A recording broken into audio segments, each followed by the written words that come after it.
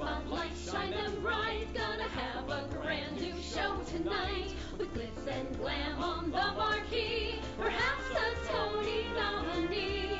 Stars beam brightly, see them glow. Sell out nightly, SRO. It's time to applaud the Broadway beat. Stars beam brightly, see them glow in the footlights of a show. Life is sweet on the world's most famous street. Tickets, please. Take a seat Cue the band. and tap your feet to the rhythm of the Broadway beat. The Broadway beat. Broadway beat. Hello, I'm Richard Ridge, and welcome to Broadway Beat, our behind-the-scenes look at the very best of what the New York theater has to offer. This week we have two new productions, a Disney and a Sondheim. We'll take you to the opening night celebration of Disney's newest musical to open on Broadway, The Little Mermaid, which is based on one of their most successful animated films of all time. It stars Sherry Renee Scott as the villainess Ursula, and making her Broadway debut is Sierra Boggess as everyone's favorite mermaid, Ariel. But we start things off at MoMA, the Museum of Modern Art, to visit with the cast of Roundabout Theatre Company's new production of the classic Stephen Sondheim and James Lapine Pulitzer Prize-winning musical Sunday in the Park with George, which is getting ready to open on February 21st at Roundabout's Studio 54. This acclaimed production, which comes from London, was conceived and directed by Sam Buntrock and stars Olivier Award winners Daniel Evans and Jenna Russell. It's been extraordinary to revisit a show knowing a way through it, having done the show before and having worked with Daniel and Jenna before in a production that connected with audiences and that was very successful. And then having them as the constant and everything around them being totally new. And as we're very fond of saying in the rehearsal room, there is so much in the spaces in this material. There's so much between the lines. There's so much in and around the text that having an elite, and I say elite, cast of American actors taking on these roles, it's fascinating. We are finding new things, and we're finding things that we'd not discovered before, and it's fun. It's a very, very buoyant, intense, and rewarding rehearsal process at the moment. It's great. It's great. Let's talk about adding that into the space of Studio 54. I mean, you and I started to talk about all of this, but talk about why you think the show will fit so well in that space. Well, it's interesting because I can now describe it having seen the set in the space. Studio 54. It's a very presentational space. And it's a very presentational piece. It's all about the story of an image. And just the way that the auditorium is arranged and the relationship between the auditorium and the stage is perfect for this.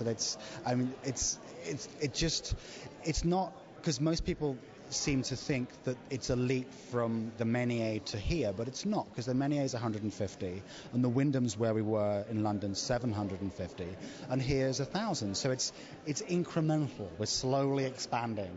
I often say that we have to do it on the moon next to get the next stage of this, but I think it's going to feel extremely intimate, and I know that will surprise some people, but it's going to feel really, really intimate in 54. Once again, as I played Mama in 9, I play the mother, or sometimes referred to as the old lady. In Sundays in the Park, I play the artist's mother. And they had a rather, seems to be tempestuous relationship. And a lot of his sketches and drawings are of her, of Mama, which is really interesting. I play this guy who well, in the first half of the show, I play a guy who's a very good friend of Georges Seurat, who's been much more successful, made a lot more money, and has consequently become a little sort of superior and condescending. And yet, deep down inside, I think he realizes that George's work is more interesting and more original than his own, and so he's conflicted about that, you know. And in the second act, I play the curator of the museum, where the second act George is exhibiting his piece of art. Now, many people consider this one of Sondheim and Lapine's greatest masterpieces. How do you view the show, and what do you love about the show? Well, I'm not a musician, and I'm not a good singer, in spite of the fact that I've done a couple of Broadway musicals. And so I'm a little in awe of the experience, I have to admit. I'm a little overwhelmed by it. I'm by far the least accomplished singer or musician in the company. And so for me, it's kind of like watching them build a cathedral. I sometimes literally don't understand what they're talking about when they discuss it amongst themselves, but it is so beautiful. The music is exquisite. And the singers, it's a magnificent company of singers. And the two central characters are being portrayed phenomenally by Daniel Evans and Jenna Russell. And it's a gorgeous experience. We typically have people in tears at the end of rehearsals. It's gorgeous. I play Yvonne, who I think is terribly misunderstood. I think that it's very interesting that, it's particular of this piece, that this time, especially with Sweeney Todd happening and Sam Buntrock being able to direct this with a fresh face, you know, Stephen Sondheim has been as misunderstood as, you know, probably George Seurat, and there are always those voices that say, oh, I don't understand this at all, it's terrible. And how does a person, so I think that's my character. I play the boatman in the first act and Dennis in the second act, which is a different doubling from the original. And it's just a gift. Whenever you get to do his work, it's a gift. And Lapine's book is so beautiful and so brilliant. It's just the icing on the cake. It just really is an amazing thing. The boatman is fun because he's sort of gruff and mean, kind of is angry that everyone's in his park. And then Dennis in the second act is a much different energy, completely sort of introverted, but interestingly enough, the reason that the doubling was changed is so there could be this. George has a very specific relationship with the boatman in the first act. It's very singular. He doesn't have that relationship with anybody else, and the boatman really doesn't have a relationship with anybody but George. The same is true for Dennis in the second act. Dennis really only has a relationship with George, and that relationship is very specific. Sort of by default, Dennis ends up being George's friend because he sort of pushed everyone else away in the second act. So they have that great scene in the park, the 1984 park. So it's a real, while that is the thread that connects the boatman and Dennis, they really could not be further from different as far as their body energy, their vocal energy, how they're written, and the rhythms of how they speak. It's every actor's dream to get to do in one show, to get to do that kind of work, which is great. Oh, there's so many things I love about the show. I think it's such a rich piece of writing in so many ways. I was just saying earlier, it has the obvious things about art and creating, but it also has the more universal thing of love and connection and not connecting, and two people being so right for each other but just getting it wrong, and how awful that is for both people when they try very hard and it's just not going to work and they have to give up on a relationship. It's heartbreaking. And then in Act 2 you have, and in Act 1, the relationship that both Georges have with the older female characters, their mother and their great-grandmother, so the relationships we all have with our mothers and how difficult they are, but how much we need each other, and children, and leaving a mark on the world, having some permanence in the world after you've gone, which I think we all strive for, but it's different people go different ways about it. They have children, or they do create art, and I think Georges Seurat in Act 1, he's left us this legacy, all these things here that you see, and like coming to see these extraordinary sketches that he did. I mean, it's terribly moving. He was obviously just this genius, but didn't speak to people, was just this insular, strange person that died at 31. I mean, what have we missed of this man, this great man? It's my third time here. Yeah, I'd move in if I could. No. Oh, God, it's amazing, isn't it? This gallery with all these drawings and sketches. For me, playing Seurat, you really feel you get a sense of the man. You start in the first room where there are these real, almost photograph-like sketches with real attention to detail. And then as you move through this, you go to these drawings which are more about tone and darkness and light. And then you come to this room where he's obviously working on the Bathers and La Grande Jatte, the paintings that you see in Sunday in the Park. And it's almost all mapped out for you right here. So it's great synchronicity that this exhibition was here. And it's a shame it's not lasting during our run. But it's perfect timing for you to come to New York to do this show, and then here it is. Well, we actually got to look around. Jenna and I and Sam, our director, got to look around the museum when it was closed, and with a curator, which was such a privilege because we got to ask questions that you wouldn't, to someone who knew all about Seurat. And we asked, is this just a great coincidence that these two things are coming together?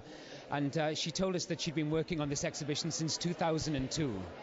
So it's just a great coincidence.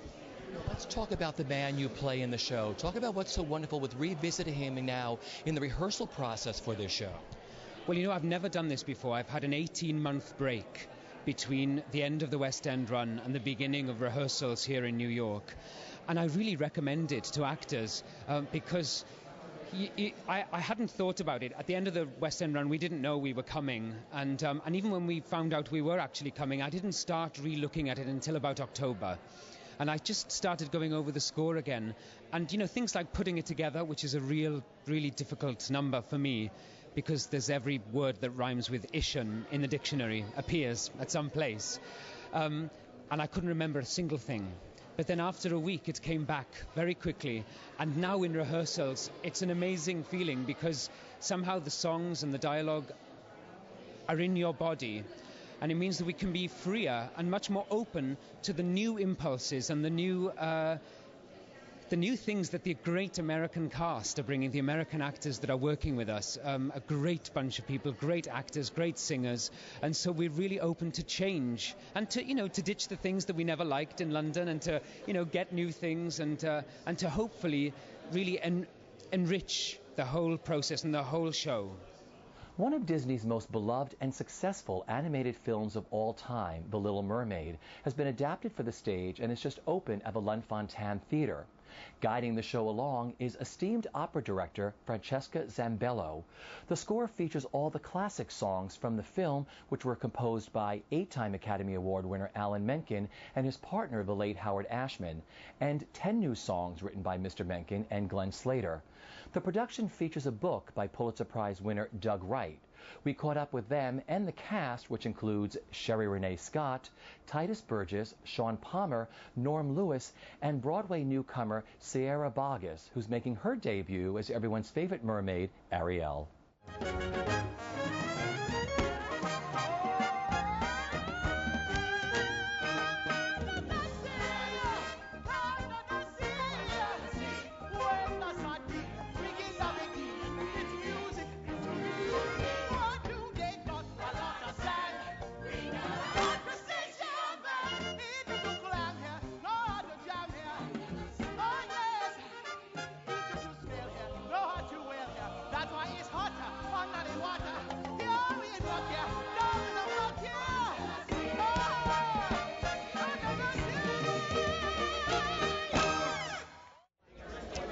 It's been a joyous experience. It's been a 3.5-year process from when I met Tom Schumacher. We were joking about it the other day. We had our first dinner over sushi just 3.5 years ago. And most people, I don't think, realize it takes 3 to 5 years to make a musical. It's a long process. And so the development through creating the work, all the additional new material, and then, of course, finding the visual language, the movement language has all been a big process, a big challenge, and one that's been very, very gratifying. So what has the last month been like for you during your extended preview period to opening night? Well, in a funny way, the last month was actually the easiest month because we froze the show just before Christmas. So it's really been letting the performers own the material now and giving it to them. So the last month, in a way, has not been the most stressful. There have been more stressful months earlier on. I would say being entrusted by Alan Menken to work on material that he's lived with for 20 years and that's so beloved by so many. And so it was really a treat. I've been feeling like an 8-year-old kid for the last 6 months, and it's made me feel like one of these guys, and that's a really welcome thing. Congratulations, welcome home. Good to see you guys. Take a wave. Give a high five. I think the language of the show was great for me to do, to have different language, to find these shoes that you can dance on. And the company are just so talented, and it's just making it your own, making it more fluid, and not having wires or water was a big thing. So to have these shoes, which are Heelys, which we call Merblades, with these brilliant instrument we had. So hopefully it worked. Keep my fingers crossed. What was the easiest part of the show to make dance, and what was the most challenging for you? The most challenging was Under the Sea, because not everybody were dancers. I only have 4 dancers in the show. But the whole company had to learn to dance and then put the shoes on and balance completely different. So that was the most challenging. The easiest thing is the smaller numbers with Ariel on her own. She's just beautiful. The duet with Ariel and Eric, One Step Closer, was a real joy for me to do. A dance is like a conversation, except you never need to make a sound. And once you've begun, you speak as one, give and take, back and forth, round and round.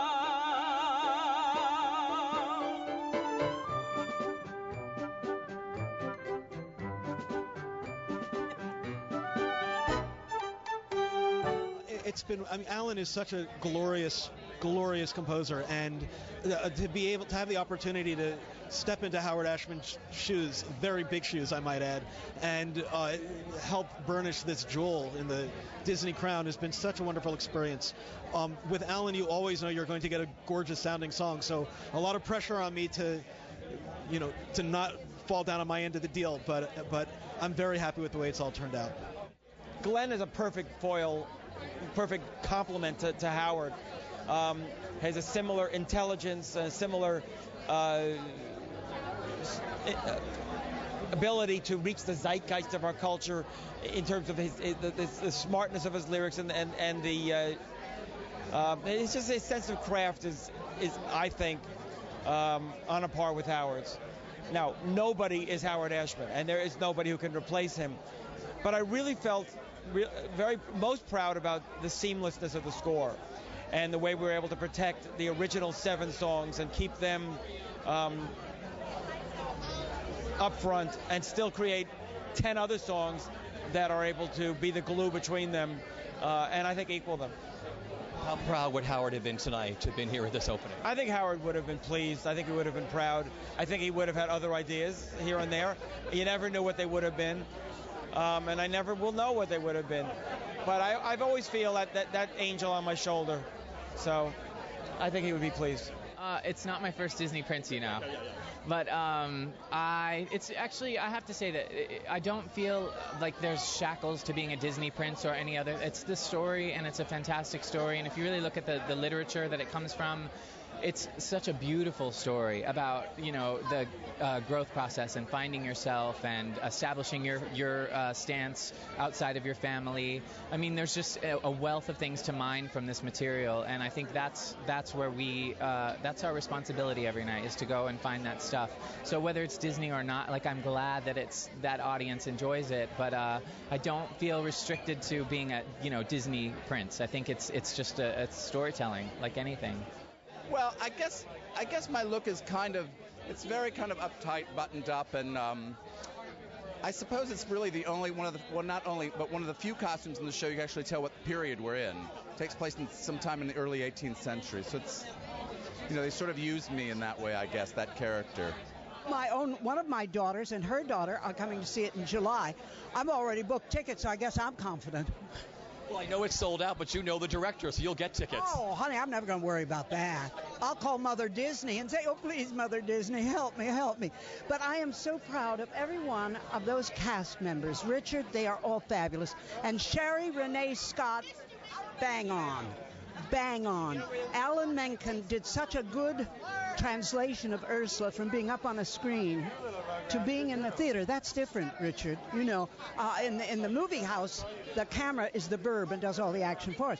In the theater, the poor actors have to do all of that, and she is everybody in the cast is fabulous, but I was, of course, looking out for her moves because I wanted to see how she was going to do. She did great.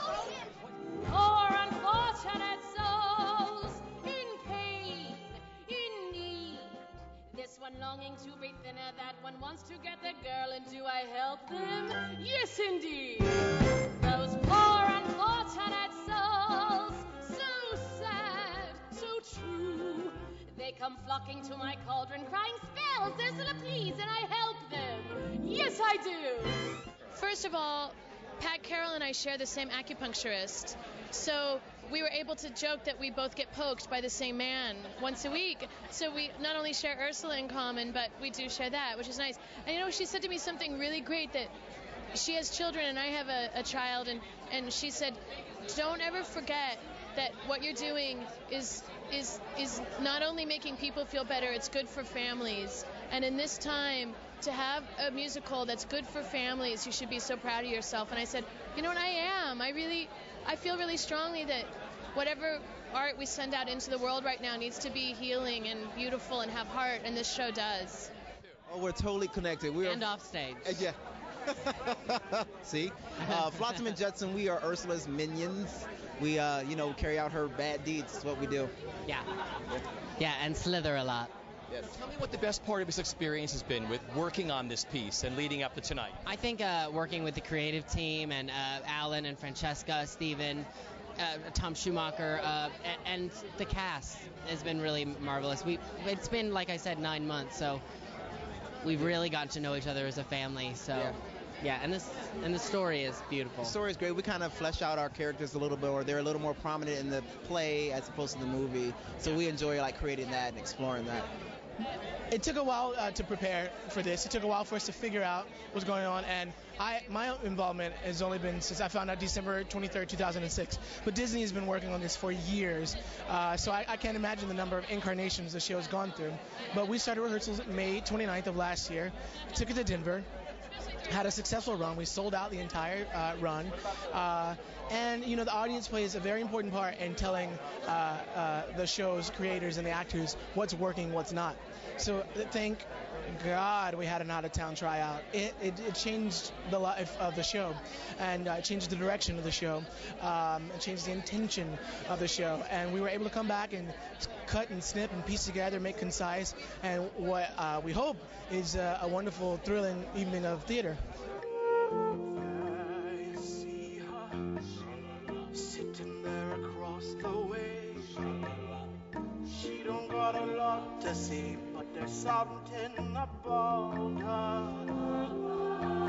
And you don't know why, but you're dying to try. You wanna kiss the girl. Right. Well, King's right, and obviously the king of the sea, and he has to, look over all his creatures underneath. This story is mainly pushing about the father-daughter story and that relationship. And I've even had a lot of fathers come up to me afterwards and say, you hit it right on the head. You hit the nail on the head with not wanting to let them go and protecting them and just sometimes even being overprotective. And I think I love that. I get to play a king on Broadway, and it doesn't matter what color I am. And it's like I have 7 different daughters of different races, and you see all kinds of races on that stage. And it doesn't talk about race, but it does talk about race in a way. It talks about tolerance. So I love that part of it, and I love just showing up to work, and everybody backstage is amazing, and, we just get along so well. I'm so thrilled with Sierra. She's just filled with unbelievable joy. And when I heard Part of Your World, I just fell apart. It was just gorgeous. Really gorgeous. Share a favorite memory. I mean, everybody knows you're the voice of Ariel in the wonderful Disney animated film. What was the best part of doing that? Recording that song, with Howard and Alan right there, and Ron and John behind the glass, and working on it for 7 hours straight, and just turning off the lights, and Howard telling me how how to get in that moment. It was, it's a moment I'll never forget, and that does come up in my mind when I hear that song. So it was a glorious night, and I'm so thrilled, and I'm very honored and blessed to be a part of it. Did it really happen tonight? Are we sure that that just happened? This was your favorite movie growing up, but I mean, and now to sort of recreate her, make her your own Ariel for the stage must be so amazing for all the little girls you're touching now. Yeah, absolutely, because that's all that I thought of tonight, because before I went on stage, I felt my heart was pounding because I just was so excited, and there was so much anticipation, and everyone was just feeling this excitement. And then to center myself, I'm like, all I have to do tonight is share Ariel. That's all that I have to do. I have nothing to prove, only to share, and I had to just give her to the audience and the world tonight the best way that I could. So let's talk about the reaction at the stage door with all the little girls and the people your age that saw this movie. Absolutely. I get a lot of children, and I get people my age and even older who are just like me, who adore this movie and just they love it, and that's really cool for me to meet these people that this movie and this character especially has touched a lot of people. It's really amazing. So, and the kids are so cute with their dresses, Ariel, and they're wide-eyed and it's unbelievable. And to be working with Alan Menken, someone you totally admire, to sing Howard Ashman's lyrics and now Glenn Slater's, what's that been like? It's been really amazing. I actually thought of Howard Ashman, though I had never met him, but I thought of him tonight while I was on stage singing Part of Your World, and it gave me a sense of calm, because before I sang that song, I'm like, I mean, this is the song for me, and this is this amazing song, and I really was trying to stay calm and present, and I thought of him, and I know he was looking down on this show, and Alan especially, and my final question for you is, what is the last thing you do that puts you on track for Ariel when you're getting ready before you go on stage? What's the last thing you do that says she's complete now, I'm ready to go on? Well, usually once I get my wig on, it's about 5 minutes until places. So when my wig goes on, I'm absolutely transported, because it's amazing. I mean, that's Ariel, this hair. And so once I'm there, then whatever, I still have to get dressed, but I'm already there. So I guess it's my hair. When it's my turn, wouldn't I love to explore that shore above?